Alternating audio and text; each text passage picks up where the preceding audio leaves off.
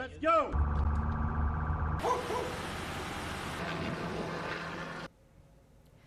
The largest violent warrant sweep of the year is over, and tonight nearly 200 wanted and repeat offenders are behind bars.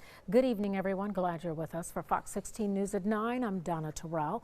My co-anchor Kevin Kelly joins us now with his exclusive behind-the-scenes look at Operation Extended Stay. Kevin. Donna, this massive operation was launched last week and unfolded over a 3-day period. U.S. Marshals, state police, and a host of other law enforcement agencies throughout central Arkansas targeted wanted violent criminals and repeat offenders. The goal to track them down, put them behind bars, and keep them there, which, as you're about to see, is easier said than done.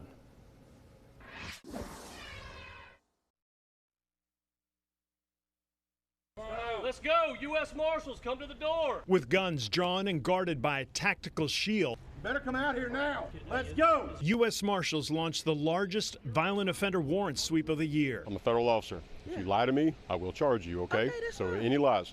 Is he in this house? No, if he's sir, upstairs, he's when was he last here? Upstairs. He was last here yesterday. It's a cat and mouse game. In this case, the suspect gets another day of freedom. Oh, she's very good. Others aren't as fortunate.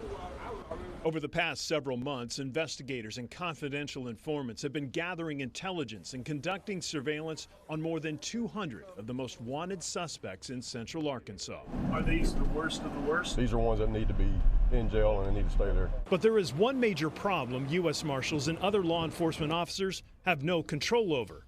Most of these suspects are repeat offenders who end up back on the street committing the same crime. How frustrating is that? It's very frustrating. I mean, it's, you know, there's a lot of times our guys are, you know, out there putting themselves, you know, putting their lives on the line, and you put these guys up, and then, you know, a few days later, you're seeing them in Walmart. These people that are committing these crimes, they're not really paying any type of punishment for their activities.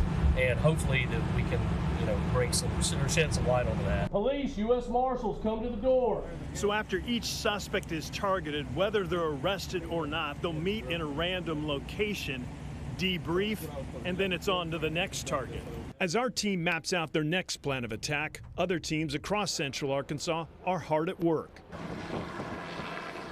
With help from above, state police are busy arresting other wanted suspects at gas stations and on freeways.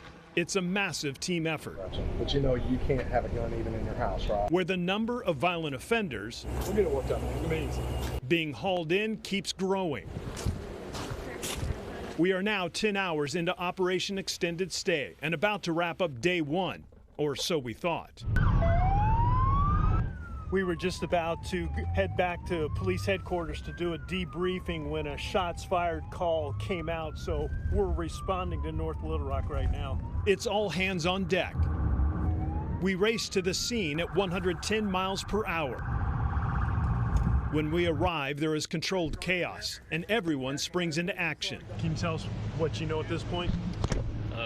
Right now, all that we know is that we had a team out here trying to execute a arrest warrant, and obviously a individual shot blindly at the approach team. No one was hit that we know of. The goal now, to flush out the suspect. So officers surround a 2-block radius. Canines are called in, and drones are deployed. 10 minutes after we arrive, he's seen running between homes, but on a different street. Officers quickly respond and rip down a fence and find him in a backyard. Some of the North Little guys and FBR guys were able to intercept him. We saw him cross Gum, full stride running, and so some of our guys were luckily able to get ahead of him and take him into custody. The suspect? Are you hurt anywhere? Just my big. Just your back? Okay. Just 16 years old and not a target of this operation. But like the others arrested today, the goal is for all of them to have an extended stay behind bars. You just heard the U.S. Marshals' frustration with many of these violent suspects with long criminal records being arrested and then being released just days or weeks later. Well, I already have an update you for on Operation Extended Stay, and it's alarming. Of the 186 suspects arrested during this operation, 20% of them, or exactly 37, have already been released from jail. So I asked the U.S. Attorney of the Eastern District, Jonathan Ross, where the accountability lies. And this was his response at today's press conference. We don't have the authority under the Constitution to make arrests and then detain people. We have the authority to request that they be detained. And so the question that you're asking is a complex question because it involves other stakeholders in the judicial system who are not here. Those other stakeholders he was referring to include the governor, the county sheriff who oversees the jail, and state lawmakers. So in the coming weeks, we intend to take our questions and the concerns of law enforcement officers and the public directly to them to find out why these suspects are constantly being released in just a matter of days and what, if anything, can be done right now to keep them behind bars and to keep our streets safe.